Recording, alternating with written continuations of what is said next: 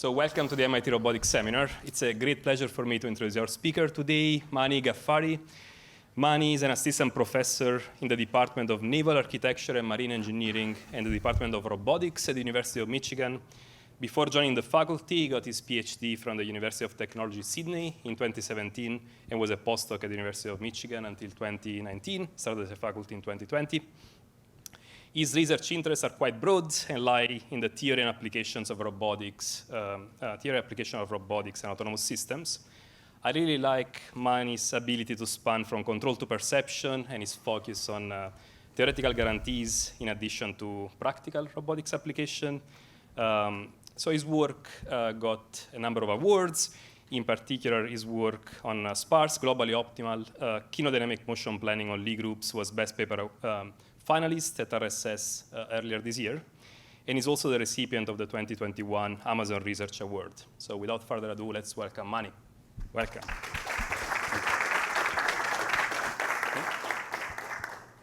Thanks for the introduction, and hello everyone. It's a great honor to be here and presenting some of our work and basically sharing ideas and getting feedback and see if you will be convinced that these directions are important for robotics.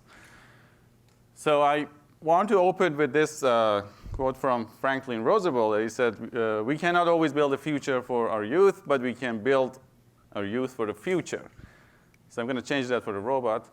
We cannot always build a future for robots, but we can build our robots for the future. So that's the dream. We want to build a robot that all these disheartening events that we see and experience, we can use the robot to either replace human or augment the human or collaborate with human, or even if it's a little small task that makes the job easier or save us from danger or reduce the pain of people who are basically going through these events in the future. Now, we need to be concerned about people, future, robots. So there's too many things for roboticists to be worried about. We have to deal with the adversities of the universe as well. Now, if these images are not convincing for you, we can also look into the necessity for society. Agriculture, obviously, is a big thing. We want to help with agriculture and food supply. And aging population. When I was in my 20s, I didn't care about this. It was a cliche. You know, Japan, everybody's getting old. We need robots. That was everywhere. But now I'm living in America. My parents are in a different country. They're getting older. It's a problem. So now it makes sense to me. Not only that, even no matter how much money I make in America, it might not be possible to find people who take care of them because we might not have enough workforce because the population growth is falling under the replacement rate. Basically, we have immigration, but that eventually the world will, assuming it reaches a steady state, this will be a problem. So how to build a robots for the future? This is a conversation for today for a variety of applications. And I thought a lot about it. It's a made-up figure. Just like you, my wife laughed when I was working on this, and she said, this is high school physics. So I was mad. I said, no, this is future of robotics. I'm going to MIT. But anyway, see, so in a sense, it's true because this is not everything. But I have to do some PCA, and if I have to pick 3 things, one of them would be computational symmetry, and that means a structure that we understand from problems and exists in nature, together with modern way of solving problem, which is computation. We no longer drive analytical solutions or solve a differential equation by hand. That time is gone long ago. Very broadly speaking, I'm sorry if I'm offending people. Learning and optimization for in filtering, inference, a lot of things we do, learning. So that's one keyword. And very important one to lift us up is new principle for robotic systems.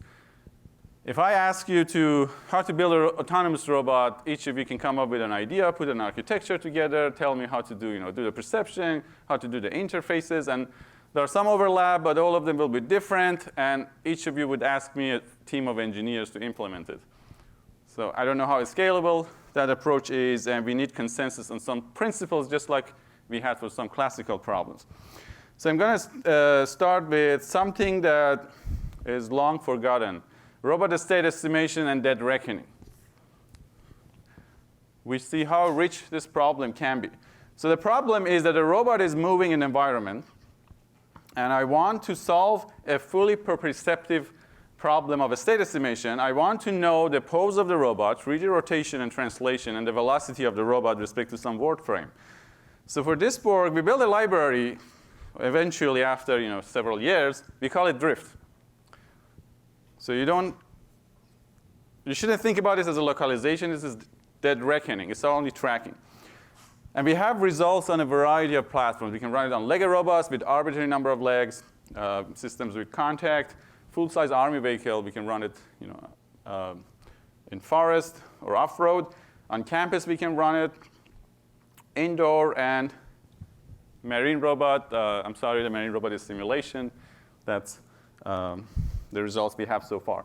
Just to motivate it, for example, if you have a Lego robot, the IMU is in the body frame. We have contact points and the leg kinematics. The robot walks. The IMU is sensing acceleration and angular velocity. We get from kinematic of the robot, relative position of the foot contact to the body frame. So if you work out this problem, this is just to activate a neuron of EKF in your brain, and you see that, okay, these are the equations. We have some Jacobians. What happens, these Jacobians are constant for the deterministic unbiased system. This is unlike previous methods, right? Which means the estimation error in a complete symmetric problem that I will talk about it is independent of the current operating point. This was the sore point of old EKF and traditional method when we would get positive feedback loop. Just to show you results we have on different platforms.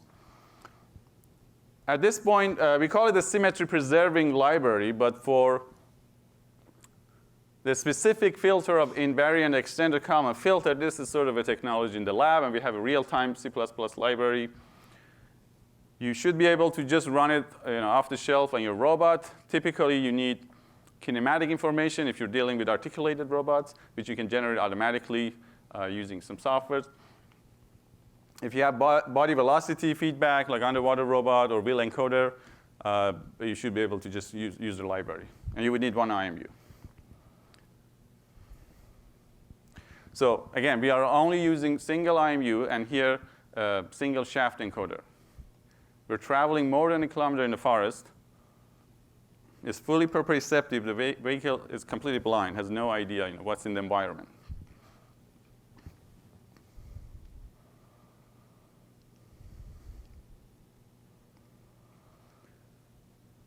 So I think the reason this is important because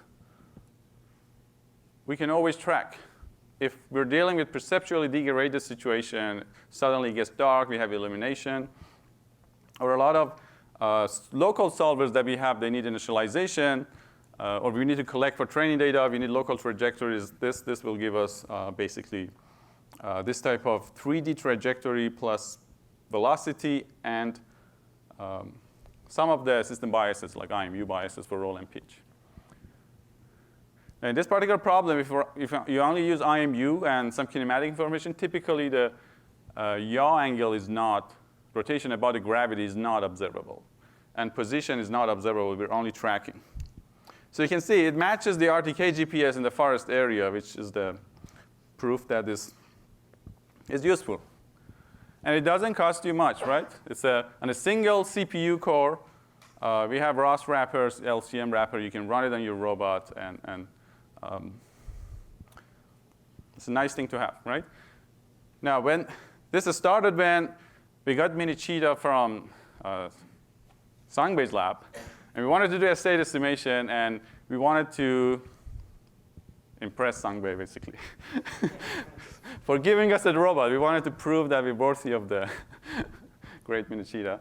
So I think I told Sangbei in an email that just like people buy an IMU, this goes for 3 kilometers on campus. Took a student, the student had to walk 1 hour on campus.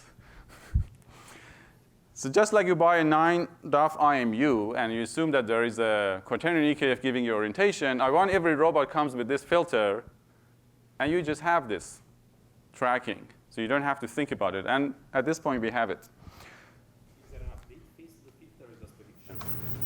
It's a Kalman filter. So the question is there a correction term? Yes, we can correct using kinematic, using body velocity if we have. Other types of measurements are possible too. If you absolutely don't have anything, we could use command. Obviously, that's less preferable. So the dual problem of this is interesting. Baru and Bonneville proved the invariant extended Kalman filter, which is an error state Kalman filter on Lie group that fully exploits the symmetry of the Lie group.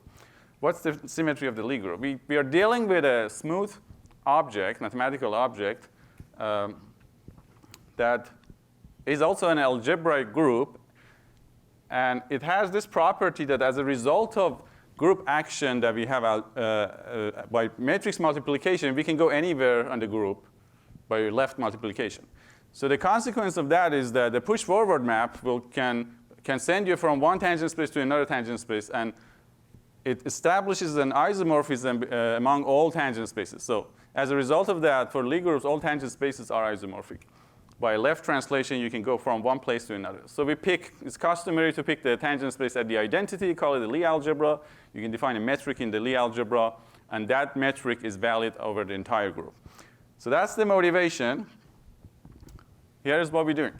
We get the reconstruction equation, which is valid for any matrix Lie group, define the desired, basically kinematic trajectory, and your actual trajectory, compute the error using group operation, and in this case, it's a left invariant error. If you multiply each group by another group element from the left, they get canceled, right? Take the derivative of that, you get an error equation, and the adjoint shows up, which is doing basically a similarity transformation for change of basis, because the desired trajectory and where we are not necessarily at the same tangent space. Now, to respect the structure that we work on, we also write down the equation of motion in the Lie algebra. This is called Euler-Poincare equation. It's the extension of classical Euler-Lagrange result to the left invariant Lagrangian in the Lie algebra. If you write down this equation in the body frame, in the principal axis of the body frame, you no longer need to rotate the inertia as you move around. So it simplifies the twist dynamics. So we linearize the error dynamics using a first-order approximation. As you can see, the error dynamics does not depend on the operating point for control. It only depends on your desired twist, where you want to go. And the pose does not show up here. Same in the dynamics. It's nonlinear because of the cross term. For Euler equation, for example, that's the omega cross I omega, right? And as a result of that, a lot of you are familiar with MPC and quadratic programming. I have linearized equations that are independent of the state variable. And when I discretize them, say Euler discretization in this case, it gives me a convex MPC, which is a quadratic program. Now, this is great for robot control. Let's pick a hard problem because hydrodynamics is nonlinear. We have, it also changes the mass and inertia of the boat as it moves in water. We simulate using Fossen's model from Norway. It's a model-based simulation. There are currents pushing the boat around. What we observe is that because this is a model-based approach, the nonlinear MPC still works well, but the convex MPC that we have is 10 times faster. As a result of that, we can increase the horizon of MPC so long that it works very well in practice. Now, all of them are performed within reasonable, after tuning, reasonable range of error. And this is, of course, simulation. But it's very promising that we have a convex QP controller for a variety of robotics platforms. So the natural question comes up is that if it's trajectory independent, we should be able to look into the convergence of the system. And that is true. If you drop the constraints and think about LQR and equivalent of that for linear exponential system, we can think about what is the natural Lyapunov function. There's a history in the literature to work with trace or Frobenius norm on group.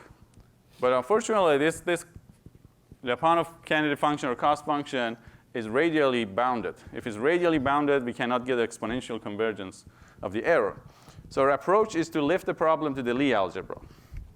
When you lift the problem to the Lie algebra and define the error as a quadratic function in the Lie algebra, we have this metric with a positive definite p that yet to be proved that it exists. The left invariant metric allows me at any point to go back to the Lie algebra via a left translation. So write down the Lie derivative of the objective function by definition is basically the error, the inner product of the error with some basically differential basis. This is coordinates free. We do not need to know what's the basis. Map it to the current operating point via left translation, and by definition, again, we get the gradient. So the gradient is the error on the manifold times the error in the Lie algebra. Okay, which is, again, looks like the reconstruction equation, right-hand side of the reconstruction equation. So the gradient pops out naturally by symmetry of this. And then we can prove things like this. If you give me the first order kinematic equation on any connected matrix Lie group, it needs to be connected because we need the identity. Build a feedback with basically negative definite gain. Starting from any point on the group, you can converge to the identity. Okay, this is a direct extension of LQR to linear exponential systems. I'm not going to bother you with the proof, but this is a standard Lyapunov approach, right? So this is, again, this is good. If it's constrained, of course, we have to analyze the Bayesian of convergence. But for the ILQR, it converges. ILQR obviously has a linear convergence. But in this case, we take the differential dynamic programming on Lie group and replace their objective function with this new Lyapunov function in the Lie algebra. Sorry to ask, but what manifold should I be thinking about? Is this SO3? In this case, it's SE3. SE3. In this example I think this must be SO3. The example is SO3, but the general motivation is, of course, SE3 primarily. But because that's the matrix Lie group, it works for any matrix Lie group. Right. For example, if you have a deformable body, we can think about a special linear group of dimension 3. That's a volume-preserving transformation. It's really good for bodies that are deformable. Okay, in this case, the differential dynamic program with a typical cost function Frobenius norm, it has slow convergence, but we get exact quadratic convergence where we replace it with this natural cost function that respects the symmetry of the group. So I'm going to move on to perception, but that history of working on some very basic problems that might not be as interesting as scene graphs and modeling perception for manipulation. But I think those are very needed capabilities for robots because we want to build the estimator and controller, and we want to be sure that they work on a variety of platforms. So moving on to 3D perception, we want to basically propagate that philosophy of the symmetry is our friend, and we want to preserve that structure in our problem formulation. Now, the problem in perception is that it's hard. There's no specific model. Unlike control, there's no good structure model necessarily. So we want to understand the 3D world. We want to enable 3D acting in 3D world. And safety critical and resource sensitive aspects of real world applications, typically in robotics, are important. As a result of that, we want the algorithm to be reliable and efficient. Now, if you went to core last week, probably you learned that the solution is more data and large models. Now, that's part of the solution. I'm not gaslighting Coral. So one solution or idea is that larger models, more data. But it turns out that it's extremely difficult to scale up 3D data. I think we could get reasonable results, but it's not as easy as a language based on the trend of the literature. It's pretty linear with sort of quasi-stationary progress in 3D. it's hard to build, massive amount of data for real world. I know people are trying to do it, and that is useful. But meantime, we need some better ideas, right? And I will tell you later that these two are complementary. They're not actually competing objectives. So if we can come up with some equivalence classes, maybe we can reduce the sampling size and do not solve the same problem for things that are similar, right? If I see this chair from different angles, in an ideal case, if I see this chair once, that should be enough for me to know this is a chair. So the current tool for this is basically geometric deep learning or equivariant learning. And that's the framework that I'm going to talk about. So to pick on, again, on big models, it's very important sometimes to actually build the smaller models and incorporate the knowledge or the structure that we know within the model. So we should stop thinking about deep learning as black box. Think about it as a computational way of programming your algorithms. Then you start coding your knowledge into the program. And it's a very nice framework to optimize and use automated tools. So what is equivariant, in case you forgot? The idea is that if I have a feature map or an operator or a function that basically acts on the input, if I apply to the input, it commutes with the input, basically, with some operation on the input. If you apply it before acting on the input, it's the same thing as after. So for example, I have a cat. I can shift the cat in the image, and then I can compute, basically segment the image, or I can segment it first and shift it, right? So you get this commutative diagram. Very simply, that's the idea. For SO2, for example, the features should be the same no matter what's the angle we're looking at the object. So what's a typical method?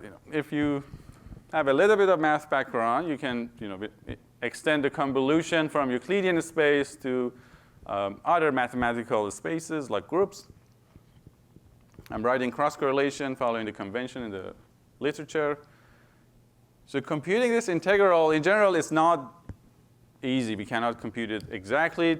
We tend to discretize. Directly discretizing the group will create a very large network. It's not a very efficient model.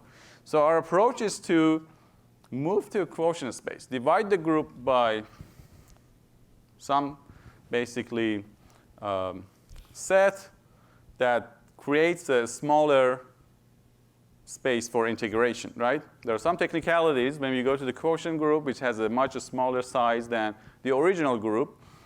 You would want the kernel of the cross-correlation or convolution to preserve this steerability condition, which is for equivariance, right? But ignoring that, it's possible to go to a quotient space and a smaller space and then learn features. Why? Because the same symmetry group that acts on the initial space, right, the whole group, is also acting in this smaller space. For example, if you are trying to learn features for SO3, it's possible to think about SO3 as a symmetry group of some homogeneous manifold, in this case S2, and then we run the convolution on S2. One, basically, if you think about a triple integral, right, you have no double integral. That's much better when you discretize. And the way we do it is that we have to discretize to implement it, obviously. We can go to the quotient space and then discretize, or you can discretize and then go to quotient space. If you just discretize SO3, you basically get 60 possible rotation, right? In this case, we are discretizing using icosahedron. This is the finest symmetric discretization of SO3. So the finest symmetric discretization of SO3 will give us 60 possible configurations for this. If you go to quotient space, you get 12. So what this means is that my space is much larger, right? All the features in your neural network, when you get multiplied by this dimension of the space, instead of 60, you multiply by 12. So we save a lot of resources. But also, one catch is that if we go to the quotient space, it's not necessarily possible to recover the lost information of the pose. But we can do a clever trick to recover this lost degree of freedom for rotation. In the case of a sphere, because this is a symmetric, basically discretization, we can labor or paint all the vertices, and every possible discrete rotation of this object corresponds to a particular permutation of these labels. So you can, for a circle, it's very easy to imagine. You can figure it out and hard code it in your basically algorithm or network class. And what is possible is that this one is supervised. You can supervise and do a classification to find 3D rotation, but up to discretization. So we can recover back the rotation, which is very promising. OK, so what's the gain? So there was a work from CVPR EPN, which is a very nice work. They directly discretized SE3. The memory consumption, training, test time, right? Training/test. On different data sets, you can see that it's 22, ours is 4. For example, the inference time speed can be from 3 to 23 frames per second. So as a result of that, we can build equivariant networks that is extremely fast. So what's promising about this is that you can run it on robot possibly in real time, right?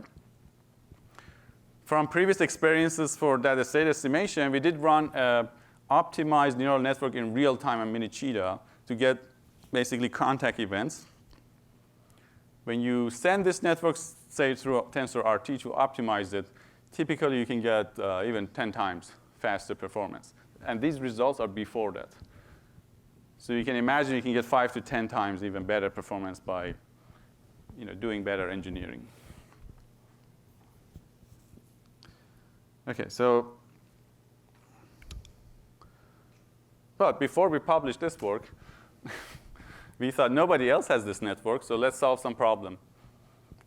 And Cynthia, my PhD student, put together a place recognition network algorithm using point clouds.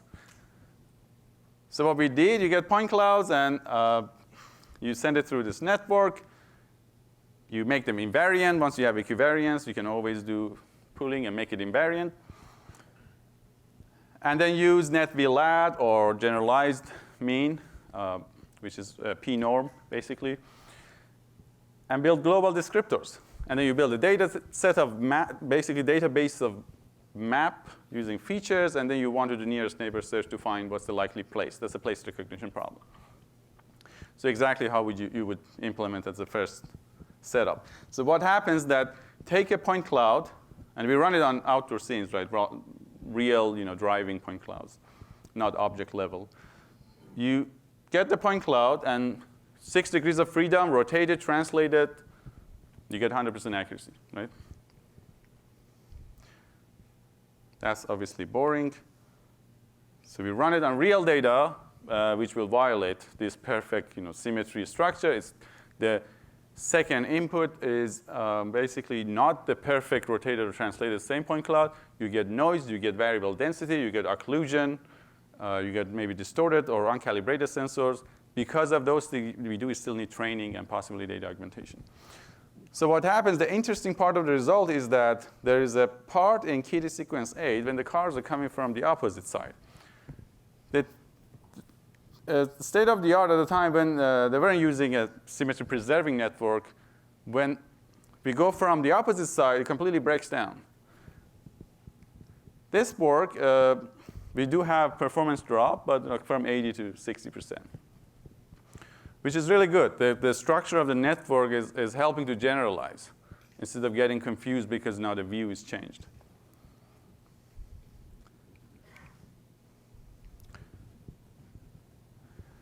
So if this approach is so good, we will need a lot of different models, right, to model different symmetry groups for different Lie groups. One problem is that we don't have a network for images, which we currently work on it. We need to, for example, somehow use images to do the convolution and make it basically connect the network equivariant to certain groups that you might want. And a notable, basically, group is a special linear group, which is the homography group. So a natural way to think about this problem is that how can I generalize, say, multi-layer perceptron in a framework that is now geometric? I can think about it as a space when I'm dealing with geometric objects, and I can naturally handle them. So that led to the idea of thinking about each neuron in the network as a Lie group or a category. As a result of that, in this case, I'm talking about the Lie algebra for each neuron. You start thinking about instead of equivariant with respect to the left action of the group, which is typical, you need to think about the representation of the group in some vector space, in this case, Lie algebra. The standard representation of the group gives rise to adjoint action. Okay? So now my inputs are Lie algebraic objects. Instead of point, I think about the frame of reference as an object. It could be 3D pose. It could be a special linear group, or generally any matrix Lie group at this point. Okay? And in the case of matrices, adjoint is basically matrix similarity, change of basis. Okay? So from point, now we're elevated to object. Now you could call this matrix basically neuron 2 if you want. Okay, so to summarize, the network takes Lie algebraic inputs. You might think this is a limitation, but I would argue that it's not, because it's directly coming from a group representation. The group representation, you can represent Lie group on any vector space, right? So as a result of that, it's as general as group representation. But we do need to design ways to lift data to basically these representations, and that's a sort of ongoing work. But for now, I can also build invariant features if I have Lie algebraic inputs. And for that, I use killing form. The killing form is basically a trace form that is using this adjoint representation and giving us basically a scalar, and that is adjoint invariant. Okay? Every Lie group has that. But certain Lie group basically come with the killing form, and that can be degenerate. So what are those groups that killing form is non-degenerate, and those are semi-simple Lie algebras. Again, the biggest one is the special linear Lie algebra. Okay? So again, the network is equivariant with respect to the conjugation action, and it's very interesting that a special linear group in dimension 4, SL4, will be the double cover of Lorentz group. So we can also model, think about time. We're not limited in pose and space.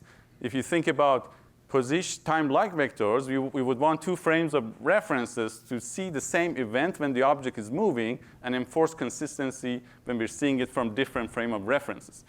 So that opens the door to learning features in hyperbolic spaces, which is very exciting. We always have time in robotics, right? But we always throw it away. It comes with the sensor. And that's unfortunate.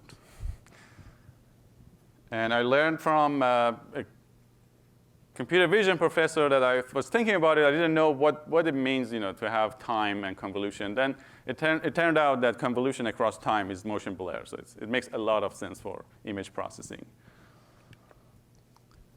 So now we have to redesign the whole network, right? So as a result of that restructuring, you can have linear layers. That's by default is equivariant. We can define equivalent to ReLU, which you see.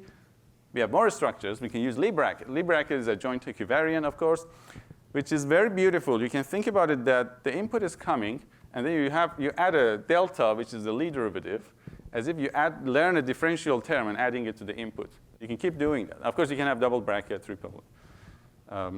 Which the results I don't have is that we could train a network to compute BCH formula and see how general it can be, right? Product of two exponentials. It's a fun problem to solve properly. You can have pooling, max pool. Building invariant layer is super easy. You just stack killing basically forms outputs. Does it work? Of course it does. It's correct by construction. The invariant function on SL3, we define this bizarre function. And the experiment is that test set, which is different, basically, SL3 transformations. And then in another experiment, I corrupt the test set with some other unseen SL3 transformations, right? So when you do that, the test data now is different from, completely different from training set because it's going under different transformation. So this shows that MLP works. If you have enough data, you can just train it, and it will learn what's in the training data set, and you can interpolate. But you get a lot of equivariance error or loss once the test set has different, basically, geometric transformations.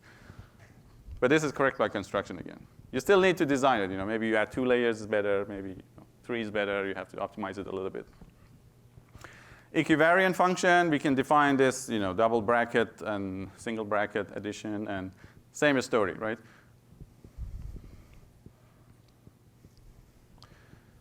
Another interesting experiment, we are greatly motivated by this SL3 group. It's very important for robotics and vision. We have these platonic objects. We rotate them in 3D. We project them into ideal, camera image plane. And we want to detect which object we're seeing. It's a classification of what type of object we're seeing. Again, because this is correct by construction, even in terms of homography estimation is working very well. So for the training set, we use classical 4-point homography estimation from Hartley's book to just build the training set. So these are very simple experiments, but we're working on, we have some initial results how to lift images to Lie algebra of SL3. So I'm going to move on to related, but somewhat unrelated, registration in reproducing kernel Hilbert spaces. Why? Because this is a framework that we did in the kernel method framework. It is equivariant, but it's using sort of kernel method logic to construct. So the idea is very intimate to representation learning and deep learning. So if you are familiar with support vector machine and other works, so the idea is that I have the input data, and I have a feature map to lift the data into some feature space, and the inner product of these feature maps will give me the kernel. And then I have the kernel. I do not need explicitly know what's the feature map. So that was the story in kernel methods, right? In the neural network era, we actually compute that feature map. That's the network, okay? So there's this intimacy. But for now, we get the input, and we want to lift it to a functional space. Why we want to do that? Because the motivation is that if you get the point cloud sensing from the environment, that's a discrete sensing from the environment. You get discrete points, and then you move. For the overlapping part, there's no way you observe the same point unless the point cloud is so dense and you're so close to the object that you're just basically observing everything. But even in that case, it's still discrete, but it's close to being continuous. And you might be far, it might be sparse. So I want to regress function, and I want to align functions. And the idea is to basically maximize the cross-correlation of these two functions to register them. Basically, each function will query from the other one because they're continuous. And I want to maximize the cross-correlation. Now, it's actually the distance between two functions, but it reduces to maximizing cross-correlation if the action of the group is an isometry in that space. Okay? So you can extend it to multi-frame as well without bothering you with the 50 pages of math, which is the original paper. Here what we do. If you know kernel density estimation, get each point, make it a basis, place the kernel over it, get the labels. Labels can be tensor product of color, semantic labels, and whatnot. It could be invariant features from neural network too. Now you have the functions, so we do not need to solve regression. We construct the functions. And the inner product of functions in RKHS is well defined. You basically evaluate kernels for 2 inputs. Now the interesting part of this is the generalization. This continuity of kernels, it makes it extremely generalizable when you want to work in scenes that are basically feature sparse and monotone, and basically there's a chance of failure for classical method, right? And another story is that this is correspondence free. Because we're maximizing the correlation, we are not, it's not necessary to find correspondences. In fact, this is the opposite view. Instead of finding correspondences and solving the registration, we want to solve the registration, and the correspondences are a byproduct of solving the problem, not a way to solve the problem. Now, both ideas have merit. Depends what you want to do, but it's possible to do it in this case. Okay. In terms of robustness, typically algorithms that will lift to function spaces tend to be agnostic of the noise distribution in the input space. That's the experience that I have. So if you corrupt data with Gaussian noise plus 50% outliers, in this case, this bunny example and room, in a multi-view bundle adjustment style, we can reconstruct the scene with no problem, right? And the baseline is a Gaussian mixture model from a recent TPAMI paper. For some reason, we don't have TPAMI paper.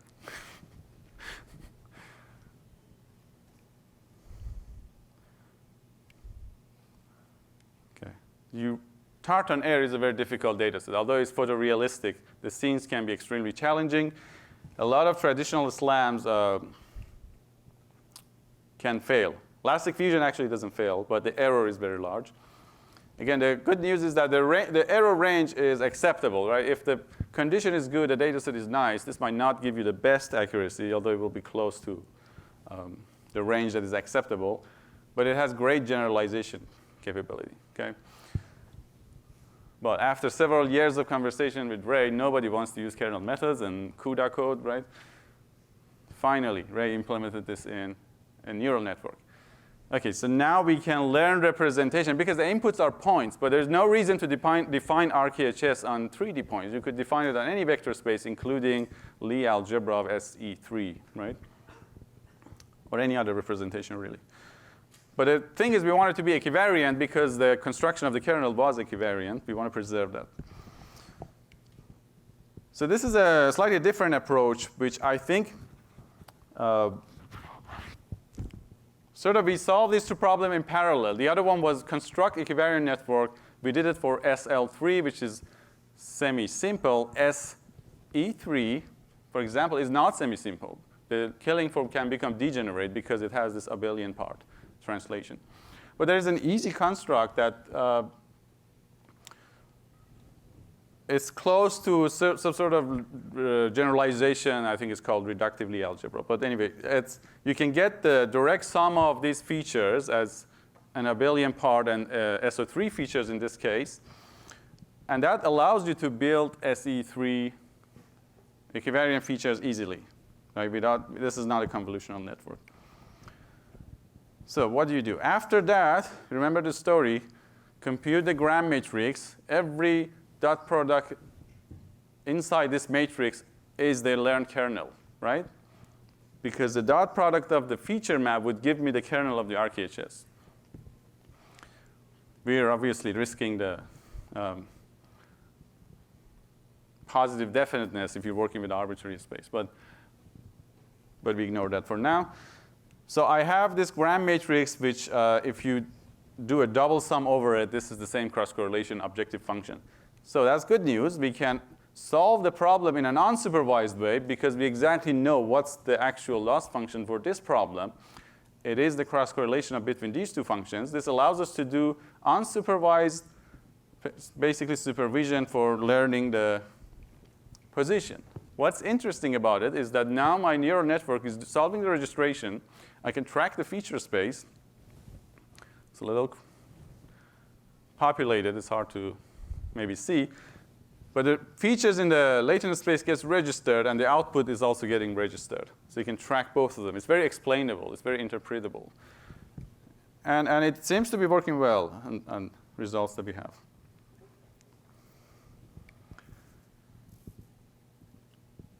OK, so one thing that is sort of worries people is the lost heritage of classical probabilistic methods. Is this possible to revive, those algorithms that they're very interpretable, and we know how to quantify uncertainty and implement it in basically a modern computational frameworks that we get from deep learning. It turns out that it's possible. We did this for mapping, but although the inference is general for general tasks. So the idea is that, without going too much in details, you would want to solve this scene categorization problem. We know the distribution of the posterior is a Dirichlet distribution over these categories. And by conjugacy theorem, we know that there is a closed-form Bayesian inference. So what we will do, we will try to get output of a network and think about the output as hyperparameters of the Dirichlet distribution with whatever number of categories per voxel, right? And once we know those parameters, we have the update form from our previous work, basically, again, in the kernel method framework. You can read that, and immediately you would guess that this is just like convolution. I can just do one convolution to update it, right? But what's really is doing, getting the weighted nearest neighbor and updating these labels. It looks like that. But it's a closed-form Bayesian inference as a layer of a network. OK, so how many parameters do you need? Maybe 30, 40. Depends on the number of classes, of course. How many parameters do you need if you have LSTM or other things? Maybe a few millions. So it's very cheap, OK?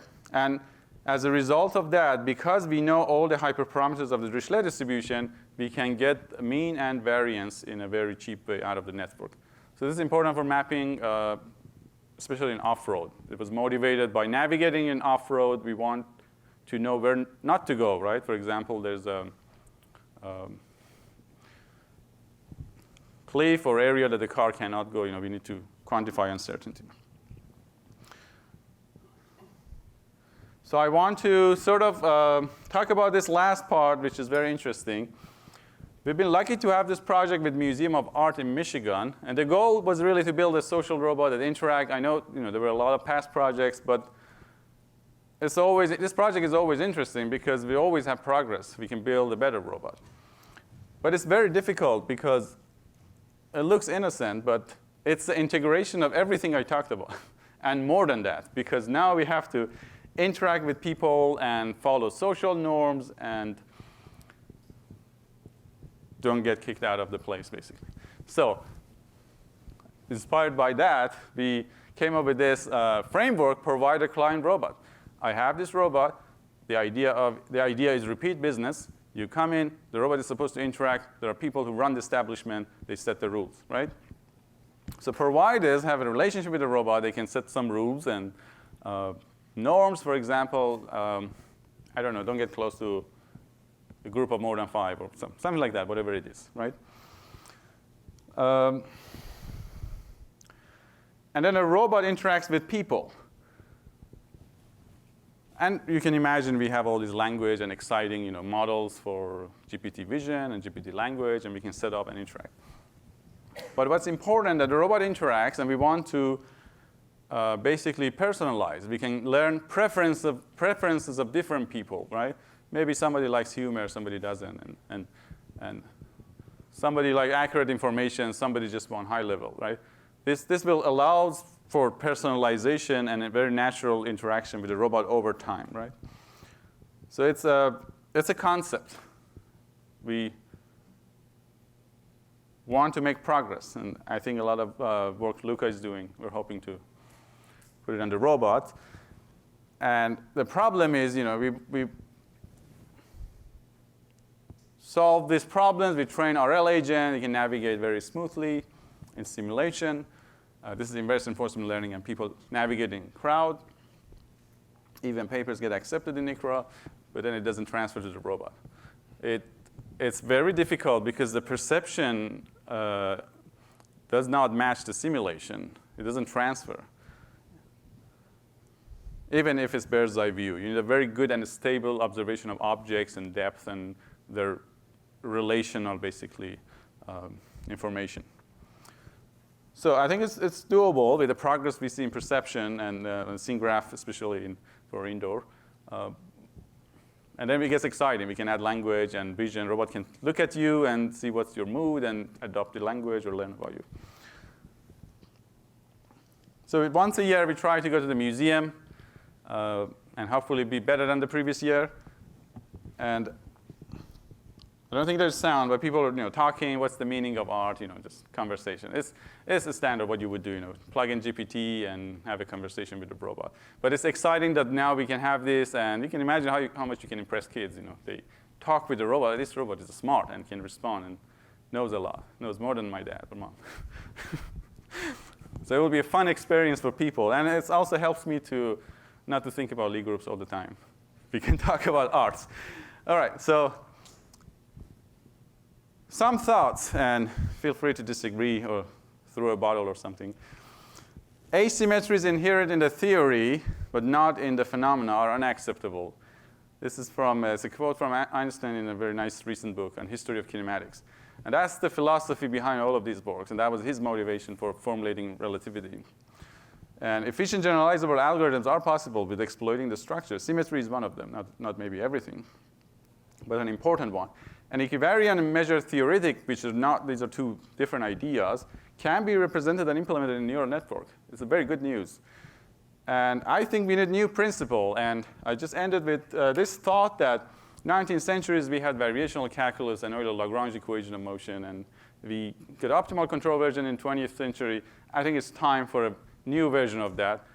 Robotics problems are information driven, and we get different paths, we get different information, and it sort of creates a delay or path dependency. And one way to describe it, you could call it memory optimal control. I think there's a need for that. And with that, thank you for your attention, and I'm excited about your questions.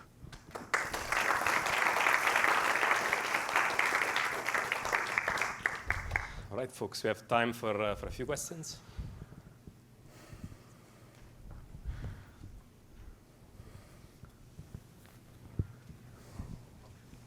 Maybe I'll ask a high-level one since you've got it up here. But an argument that I have heard about the equivariant-invariant network type of work is that as we get to the larger models and we believe that they are learning some incredibly good features that generalize, if these invariants and equivariants are so common in all of our data, isn't that kind of be the first thing that those networks learn? Do we actually need to encode them in explicitly, or is it, is the data just going to tell us these and we use the standard representations and get this for free? I think this is a great question, and that's the important one to address, because if the large model will figure out everything, we're wasting time, right? And the counter argument is that we cannot model the whole world. We cannot see everything, and it's the same argument that I think over lunch we had, that I can have a Turing complete machine, and if you give me enough compute, I can give you, every solution, right? It's the question of tractability. Specifically for robotics, that is the motivation. The resources are constrained. So I see large model as providing prior, and we do want them. And these equivariant models are a way to build real-time multimodal sensing for the robot, when we can turn entire sensory signals into a common representation that captures some symmetry that can generalize quickly. And then what I don't have the answer for is this rectification that I need to combine this prior with this online sensing in a consistent way. This translation is not clear to me how it is, but I feel that's a good way to try. We could always stack and try first. If it works, then there is hope. So that's the motivation. I don't know if that answers or makes sense. Both the features that big networks learn have the invariants and equivariants we need, just because that's the way to explain all of our 3D data, for instance. But it won't generalize to things that are not seen, right? I guess the true believers, I think, would say that they're gonna find those representations because that is in all the data. Right? I don't necessarily disagree, but so far the experiments suggest that existing models do not generalize to unseen data. That includes MLP and transformers, right? So the question is how to build models that generalize beyond seen data, and if they're large enough, then they're good enough to just act as one model. And then I would argue that maybe you can add some equivariant structures to the same large model. So there's nothing that is stopping us from having both, right? I don't know if that makes sense.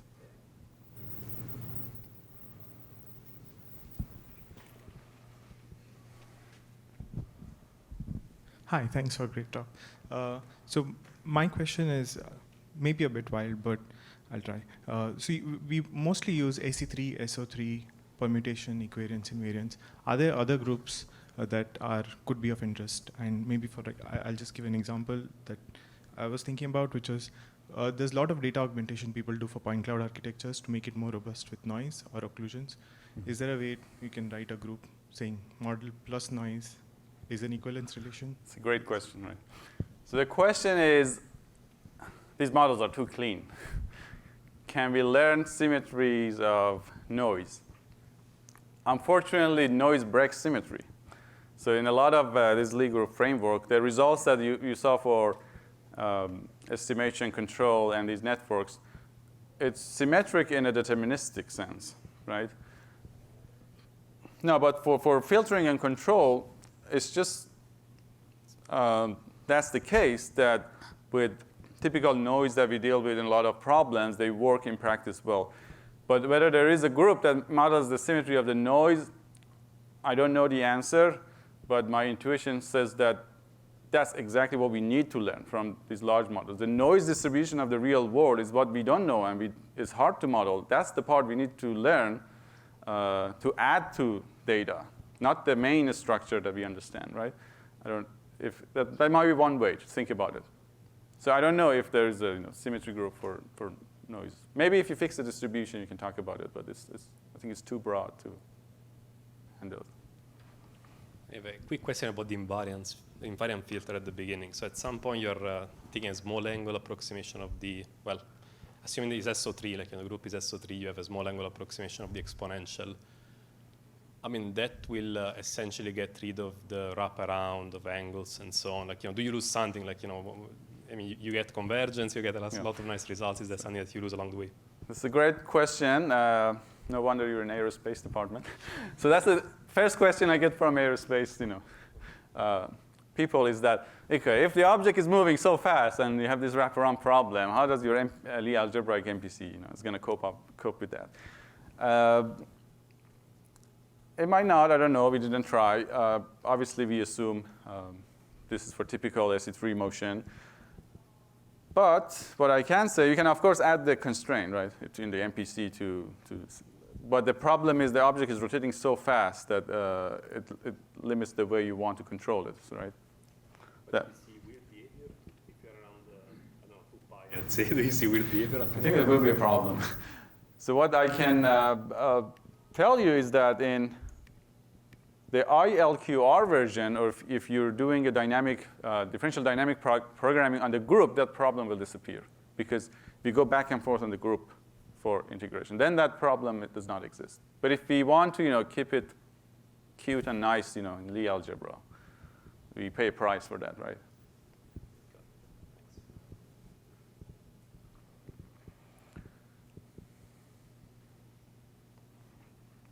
Is it about the boat? So actually, the drift work way back in the beginning. Just want to make sure it's on. Yeah, it's fine. Perfect. I guess what I was missing is maybe the big insight that differentiates drift from the EKF. Is it just we're getting better linearizations, or I guess if we're just filtering, like, where does the equivariance really help us? It's a good question because people want to make decision whether what's the relationship with the past, whether I should switch to this or all of that. Now, one result is that obviously this is giving constant Jacobians for a lot of problems we care about. For example, that's the aerodynamics linearization of IMU, right? It's constant, right? Now, I think we need to recognize that this filter is a lossless generalization of the entire literature before error state quaternion Kalman filter, right? So everything that we had, which was multiplicative EKF not other variations of adding constraints, right? Error state quaternion EKF, this is a generalization of that, okay? So it's a lossless generalization. So basically, history starts again from here, right? So there is a generalization of this filter, again, it's equivariant filter by Rob Mahoney. That handles biases even, so it's even better. So the relationship to the past is this, right? I don't know if that answered part of your question, maybe. I guess maybe what you're saying is the key advantage, like what, because you had comparisons to an EKF, this like very clearly outperformed. The advantage is kind of the robustness and consistency of the linearization itself. Mm-hmm. That's the big differentiator, or is there something else? Okay, maybe I should reframe the question. The questions I ask, when I teach this in Michigan is that, why do we need invariant EKF, right? Then I ask, what would you do if you want to estimate rotation? You want maybe Euler angles, maybe that's not a good idea. You want to move on to SO3. Maybe use quaternion. Okay, that's the quaternion common filter. Quaternion is also a Lie group, matrix Lie group, which is a subset of this. And then I tell you, okay, I don't want just rotation. I want rotation and position. That's SE3. How would you estimate that consistently? Then we have to use this. You can do error state even without this, right? That's sort of the devil is in detail, right? So if you do quaternion common filter and you do the rotation part correctly, and then the error in position usually is defined between the estimated position and the true position, we ignore the fact that the group is a semi-direct product. So the rotation error also shows up in the position error. Ignoring that decoupling breaks the symmetry. So then you see a state, when you linearize, you see the state variables in the Jacobian. Now, that can be avoided by just, this is not any harder than that. I think those derivations are basically as hard or as easy as this one. So that can be avoided. That's the message, right? Okay. I think I see. Thank you. Anybody else? All right. Otherwise, we'll move to the social event. Thanks, Maani. Thank you. Thank you.